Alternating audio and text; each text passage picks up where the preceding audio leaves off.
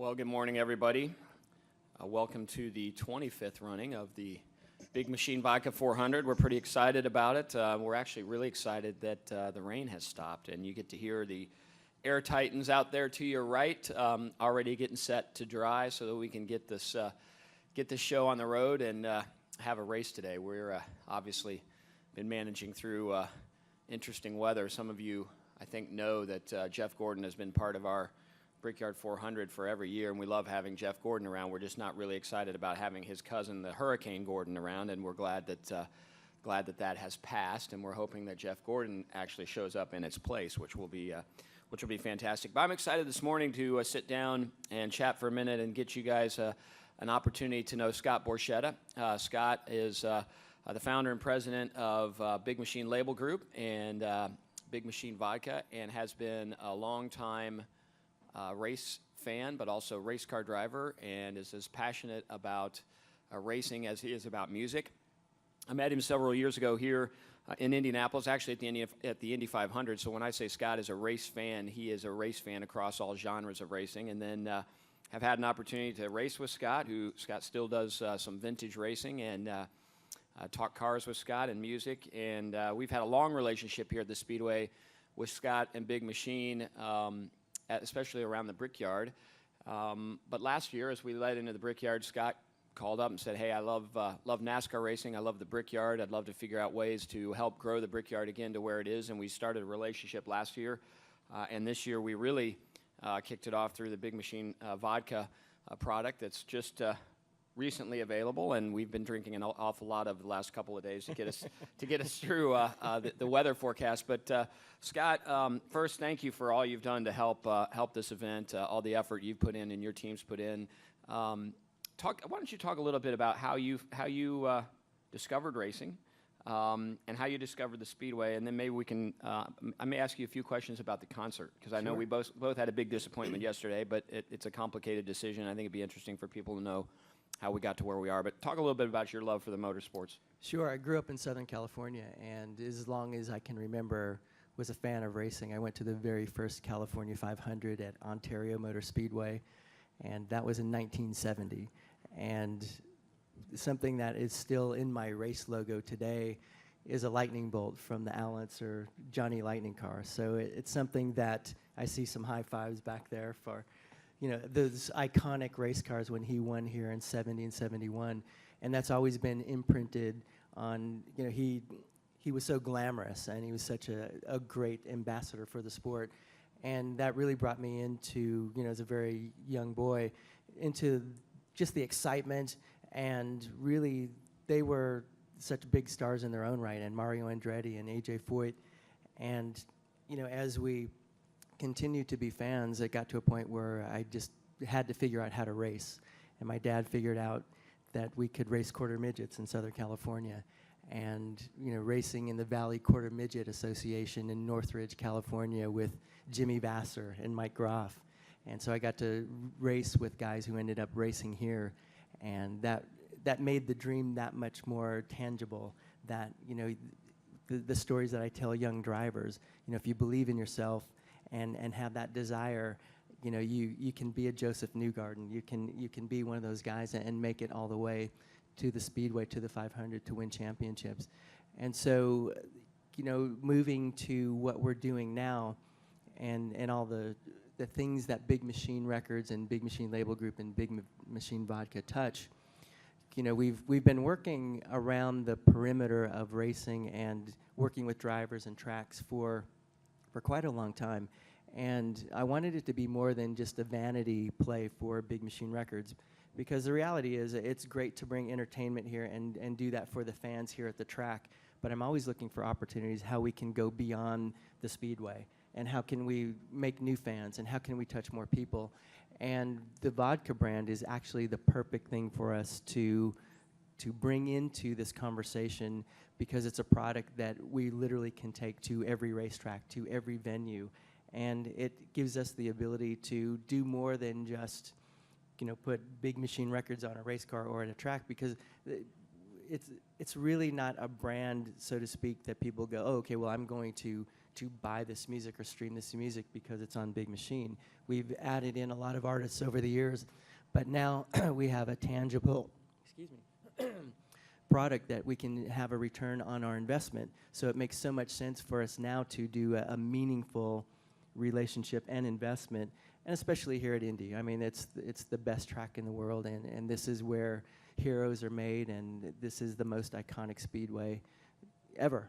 And for us to be a partner, it was really exciting to drive into the speedway this week and go, you know what, we're an official partner of the Indianapolis Motor Speedway.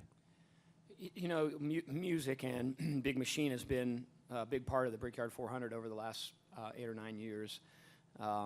Justin Moore for 4 or 5 years. You had him here like 4 or 5 years in a row as part of our events. And then last year, we had the concerts on Friday and Saturday night that were sort of an experiment for us to try with different genres, an experiment for you. And out of that was born the FGL Fest, and the guys at Florida Georgia Line were so supportive in what we were trying to do Saturday night. Why don't you talk a little bit about, that was huge for us, the momentum that it created, the excitement that it created, the ability to bring in 25,000 fans that may or may not have been race fans, but here as part of the weekend. Yesterday was a tough day to have to make that decision. I know you were disappointed. What are your thoughts now, 24 hours out of having to make that decision? And a lot of factors go into having to make a decision to cancel a concert. Yeah, I think, Doug, if you go back to why you and I decided to partner and really double down on this weekend, it's our love for this event. The Brickyard 400, the Big Machine Vodka 400 is a crown jewel. And now that it is the last race of the regular season, you know, it deserves to have the attention and the excitement and our partnership together. One of the things, even though the concert didn't happen, something I have felt for the last month, and especially when I got to town this week, the buzz is back for the Brickyard, and people are talking about the race again. And honestly, they haven't been to the level that you and I desire and expect the last several years. So I think the bigger conversation, mission accomplished. Mm-hmm.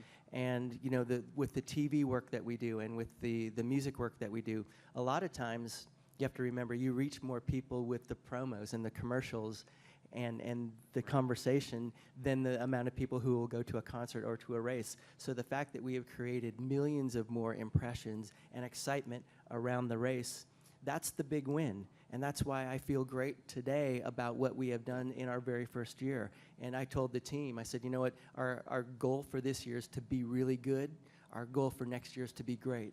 And I think we're absolutely on that track. And so I'm really proud of our first year. Even though the concert didn't happen, you know, the conversation happened. And I think that's the most important thing. Yeah, I would agree with that. And just the weather forecast last night with wind and all the other complications just made it difficult. And I know we were all really disappointed. But thank you to you.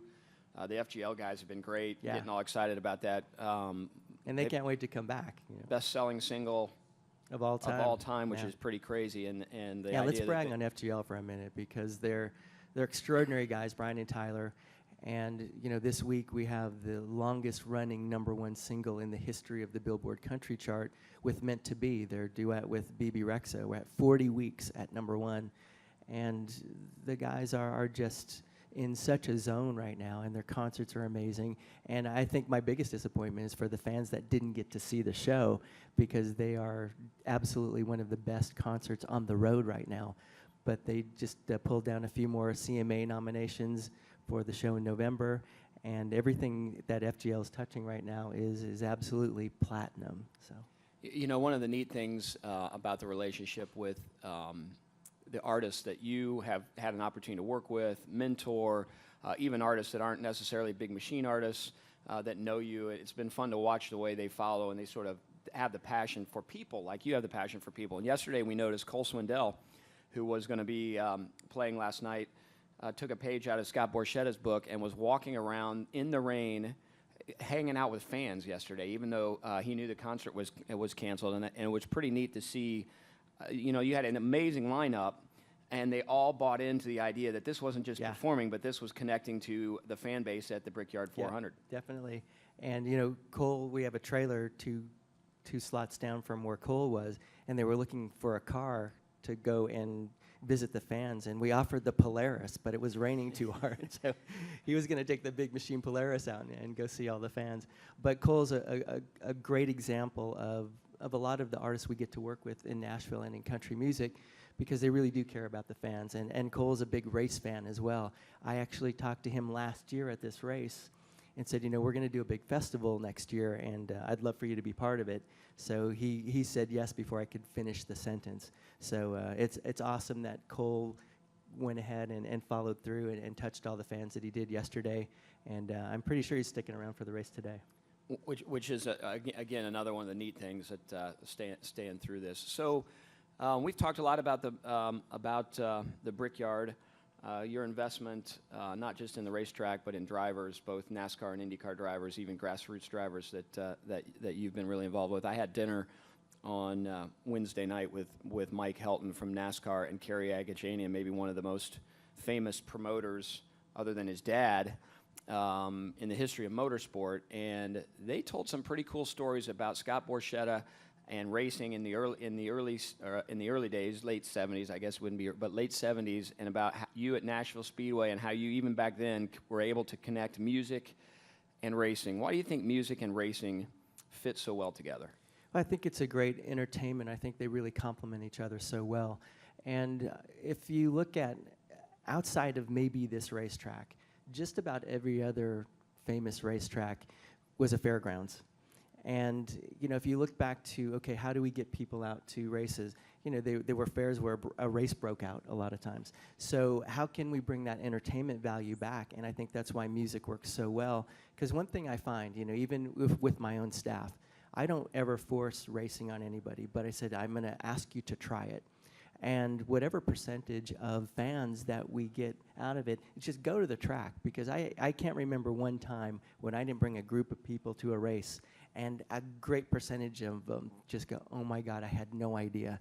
So if music helps pull in more race fans, if races help pull in more music fans, I think just being outside and being among other people and enjoying, you know, that kind of huge crowd participation, you know, I think they're a great complement to each other.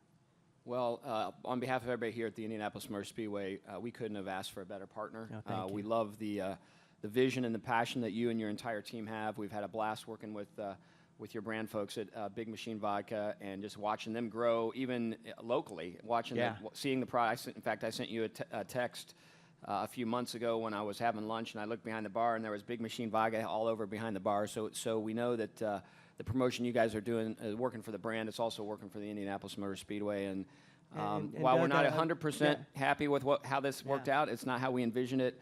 We couldn't be more than 1,000% happy with the relationship, and we can't wait to see what we can do next year. And thank you so much. Well, thank you. And you know, we're always talking about how we beat the challenges that we have in the sport with sponsors, and you know, every major sport has real challenges right now with what's happening with television. And I got to say that so many great relationships have happened because of my involvement in racing. Right now, today, the reason that we have Big Machine Vodka is my relationship with Crown Royal that started here. And we worked with Diageo and talked about having our own whiskey. And it got to a point, like just about everything else in my own life, we had to do it ourselves. But the idea was born here, how can a Tennessee label have a Tennessee whiskey? And so we do have a whiskey as well called Clayton James, which is more of a specialized product. But the Big Machine Vodka, I want everybody to know this is not a vanity product. This is a fantastic vodka. And if you haven't tried it yet, I invite you to try it. And the reason that the platinum filter is there, we're talking about different things that we can do. And when they said, well, we can do silver filter, we could do gold filter, we could do platinum, I said, if you can do platinum, that's the platinum standard. But it's a great product. And the idea was arguably born here. Carly Pierce, who just arrived, and she's doing a sound check for the national anthem, she was here able to make it this morning because of our relationship with Textron, who owns Cessna and Citation. That started here because of my relationship with the Chip Ganassi racing team. So racing works. Support those who support racing. I appreciate it. Anybody have any questions for Scott? Yes. I just wanted to know, obviously from a business perspective, this is obviously from a business perspective, this is a great partnership, but I had a chance to ride in with you here to the track, and you saw your logo on the street signs, you saw the banners. So that young racer from California and you, can you just talk a little bit about what that means to him from a fan perspective? Yeah, it's really cool. It's really a dream realized, because when you're a young boy and it's like, how can I get there? The aspiration of, how can we be part of it? And how can we be a meaningful part of it? And it's hugely, it's very meaningful to be able to walk in, like I was talking about, and be part of the Indianapolis Motor Speedway. Because when you're a young boy, it's like, oh my God, how can we get into racing? How can we have a positive effect on it? So it's a very proud moment for us this week, for us to really realize the Big Machine Vodka 400. Anybody else? Any other questions? One more.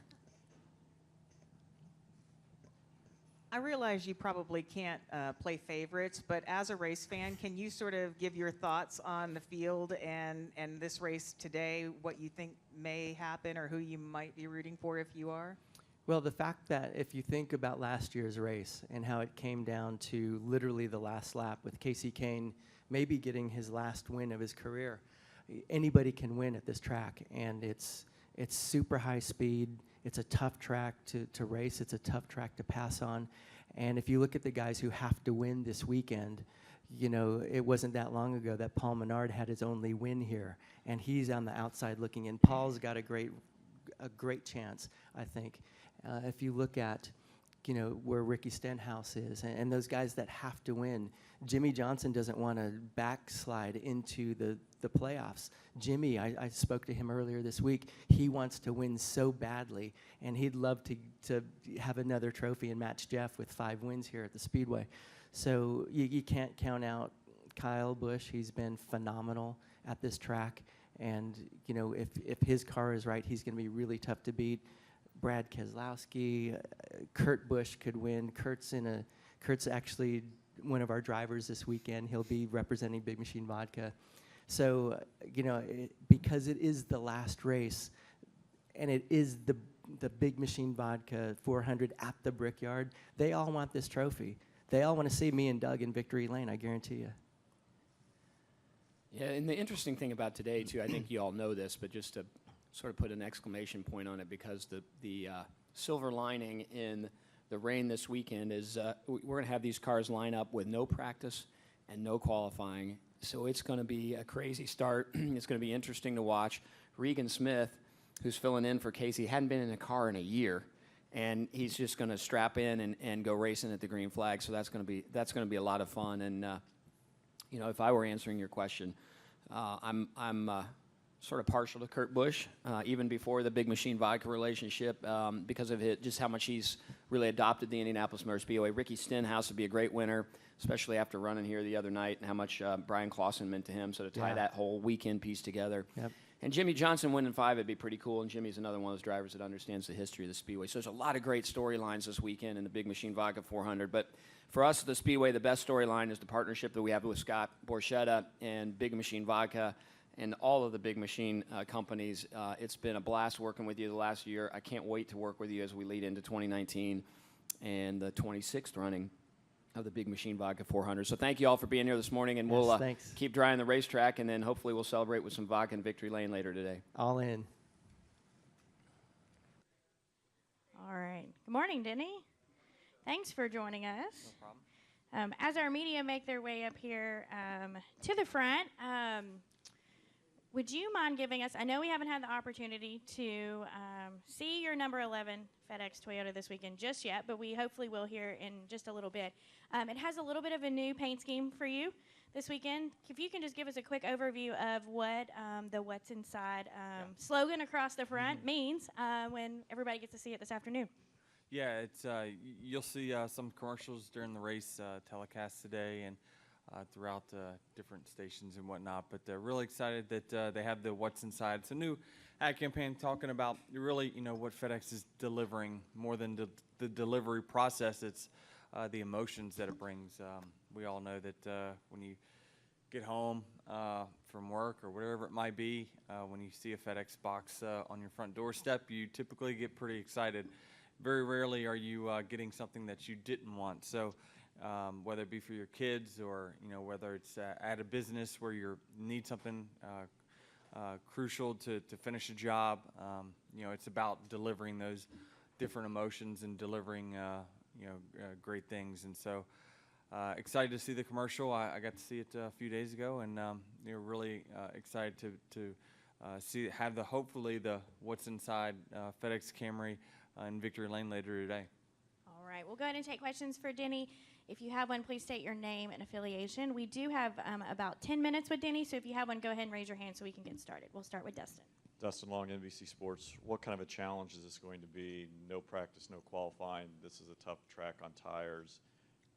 You've probably never in your career gone onto a track without any track time. So what's this going to be like, and what are you going to have to do in the car? Yeah, I mean, it definitely can be a challenge. This is one of those racetracks that is very sensitive to the travels of the race car, how far you have it high or low. So I think that part will be very crucial.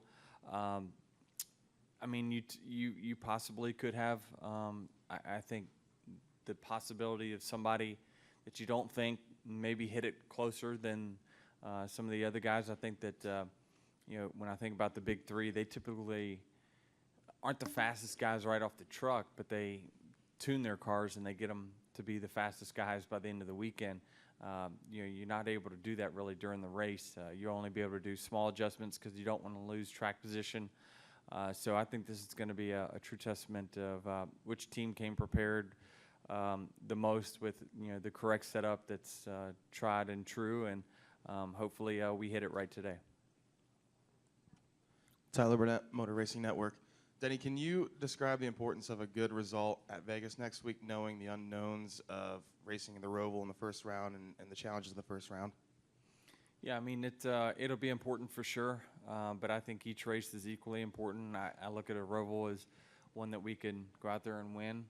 We were extremely fast during the test there, so I'm looking forward to it, even though I'm maybe not the biggest fan, but I think that all the tracks bring a unique amount of wild cardness to it. It's it's just we've seen in playoffs different racetracks have different results for guys that you didn't expect. So we'll treat each race each individual race with the highest regard and try to do the best we can. We know this year with a few playoff points that we have to be on our game every single week. Pat Cole, NASCAR.com. Do you have a sense of where your team stands from a headspace standpoint heading into this playoffs, compared to past years? Well, usually, typically in history, we've performed better in the playoffs than we have in the regular season, just about always. Now we'll have to take a bigger jump this year than what we've taken in years past. We've typically been pretty good, and then we've been great in the playoffs. This year we've been mediocre, and I think that that big jump to great is a big one. You have to try to do it overnight, but we've shown little things that is encouraging for me, that our cars are gaining speed.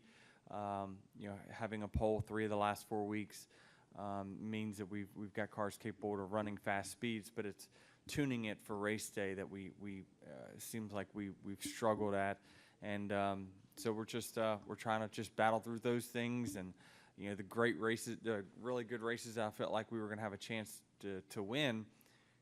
Crazy things have happened and taken us out of it. So it's we've definitely been on a very unfortunate luck streak, but that all turns around. The law of averages usually equals all that out, hopefully by the end of the season.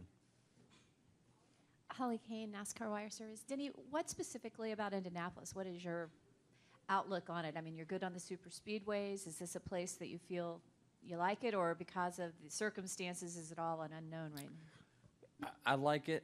I like it, the racetrack for what it is. It's so historic, but it's also a challenging racetrack. If you're not up front, or if you have to go to the back for any reason, it is just nearly impossible to make your way back to the front, because it is a one-lane racetrack. It is the only true one-lane racetrack that we have other than maybe Martinsville, but even there you can kind of start to widen out the corners a little bit. Here you're just pinned to the bottom and you cannot move anywhere else. So it's a challenge here.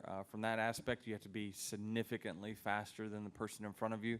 But there's no one significantly faster than anyone in the entire field in the Cup Series. So it's a very big challenge to come back if you have any kind of issues. You have to have a flawless race, the best pit stops, and you have to be on the front row when it comes to the last restart, or else you won't have a chance.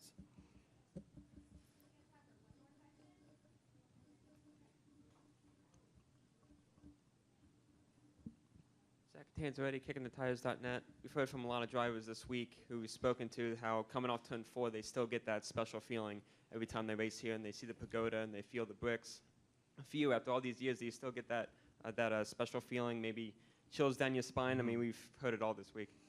Yeah, I mean, it's still very special. I mean, just walking through the garage areas and that whole area, and driving down the backstretch. To me, it's the backstretch that is the most special. I don't know why, but I just remember going on the racetrack for the first time here off of turn 2 and just kind of looking around at everything that it was and being overwhelmed with the long straightaways and everything. And so it does still get to you for sure, and it's still in my mind our second biggest race of the year.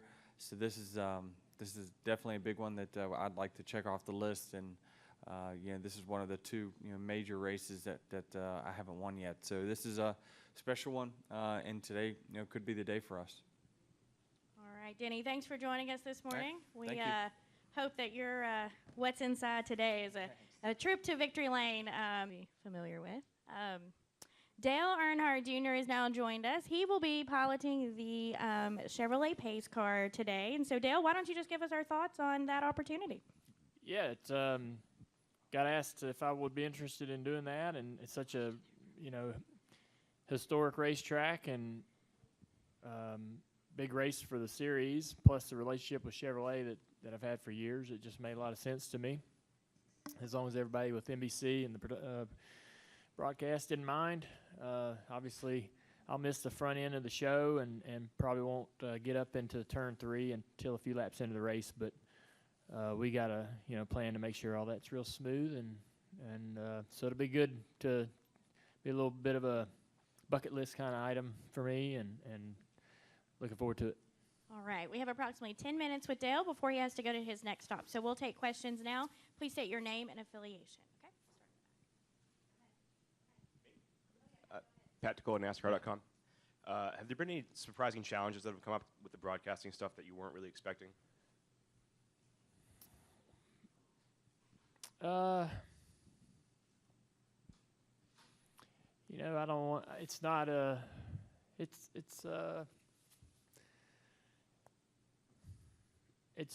just takes a little bit of preparation, and you kind of get out of it what you put in, and it's really been pleasant. Everything across the board, from the relationships, the people, the work the necessary work that needs to be put in.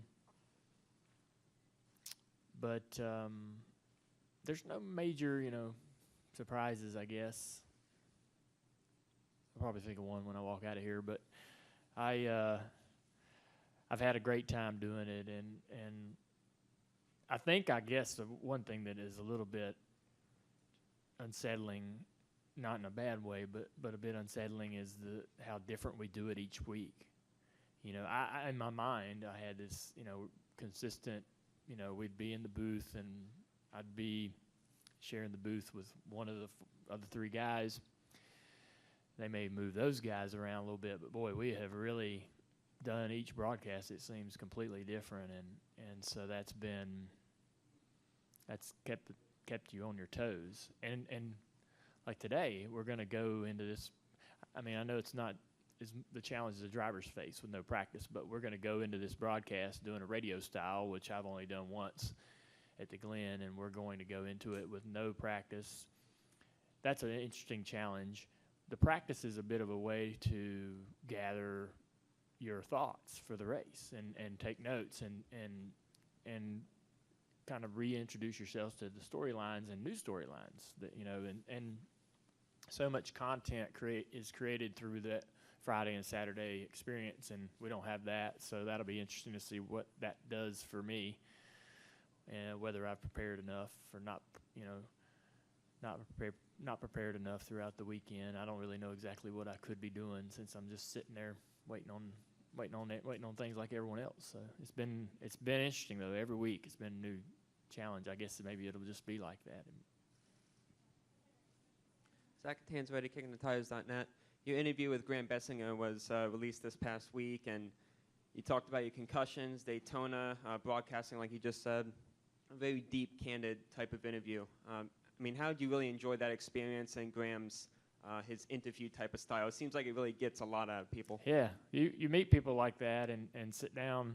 Him, Dan, Patrick. There's a few people that just you feel comfortable being, and it's just you and him in the room. You never imagine the response that something like that's going to get. You're never thinking about that during the interview. Had I been thinking about that, I might not have been as candid. But when it's just, and we were in a location that was comfortable with me. We were on my property, and so it was just like talking to a new friend. And I think sometimes I wonder if I'm a little bit too honest about certain things in my life, but going through those experiences, all my initiative is really just to try to help someone. If one person hears about the advice or the mistakes or the missteps that I made and makes a better choice, that's really all that matters to me.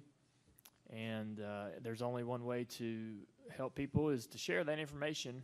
And so hopefully, the book does that. We got our doctors on board with the book, which was incredibly helpful to add some credibility to that. And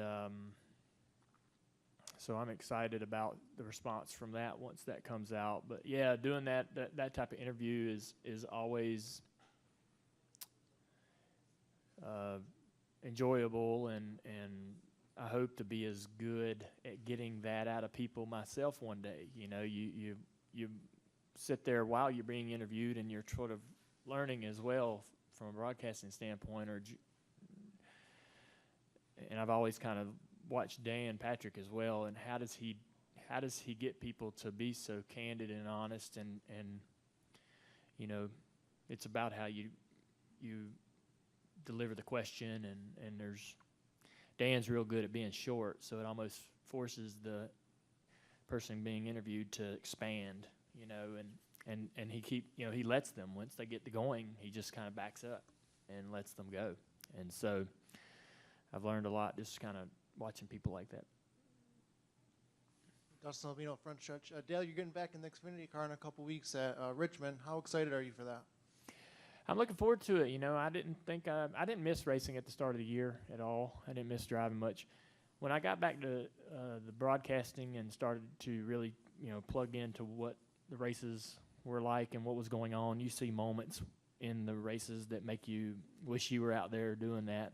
And so I started to miss it a little bit. I like Richmond as a track, and it's real, pretty straightforward little racetrack. We have had success there, and so I'm not really putting any expectations or pressure on myself as far as performance. I just want to go run, have fun. It's the only time I'm going to race a car this year, and it may be the last time I race a car. I really don't know what our plans are going forward. I don't really have any initiative to drive a ton of races, so we'll just kind of see what kind of opportunities there are down the road with the sponsorships and so forth that help the rest of the company. But it's really just going to be, hopefully I get to run all the laps and just enjoy driving the car. The purest the only reason why you get behind the wheel of a race car is because it's fun and you enjoy the competition. Hopefully those are things that I get out of it, and try not to get to where I'm real competitive about it, and I don't want to sweat over every lap and how fast we are in practice and all those things, and make it a miserable experience. Because if you're, most race car drivers tend to do that if you're not careful. Holly Kane, NASCAR Wire Service. Hi, Dale. I wanted to ask you, watching you on television, it appears to be a very natural thing for you, and you've gotten, a lot of positive response about how you've done. Has it turned out from your angle to be as easy, using that word, just to do this as it appears? No, I mean, I'm really nervous. So typically I don't like to be nervous. I'm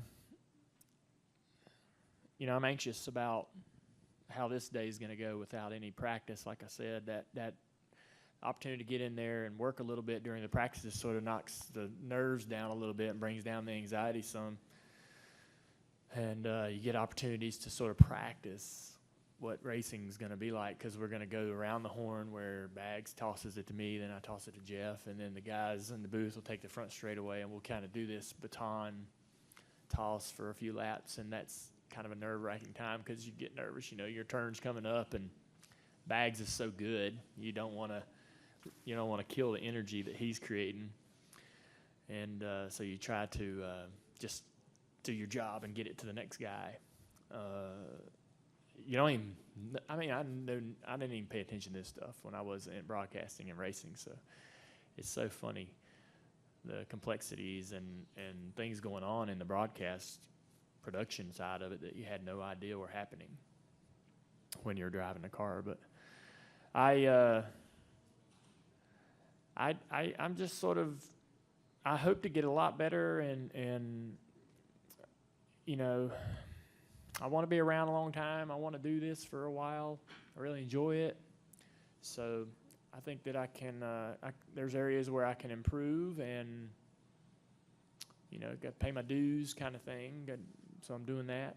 But it's not easy. It feels stressful and constantly, there's some competition. There's really, really good people in that production team and in the booth. All the people are great personalities and fun to be around, but it's competitive in the sense that they lean on you to do your job and hold up your end, and you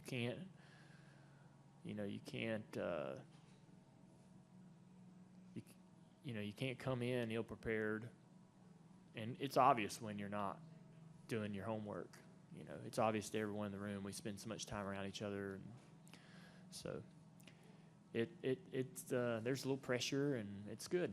It's competitive, and the team pushes you, and so I'm trying to find my place and try to do a good job, make them glad that they hired me. All right, Dale, we appreciate your Yeah. time. Have fun driving right. the pace car Thank you, today. guys. And sorry, I know we didn't get everybody in, but Dale had a hard out today. So